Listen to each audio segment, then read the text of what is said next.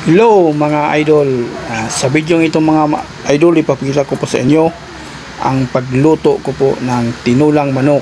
Ayan mga idol, nagluluto po ako ngayon mga idol ng tinulang manok dahil malamig po ang panahon at sarap mo higop og sabaw mga idol.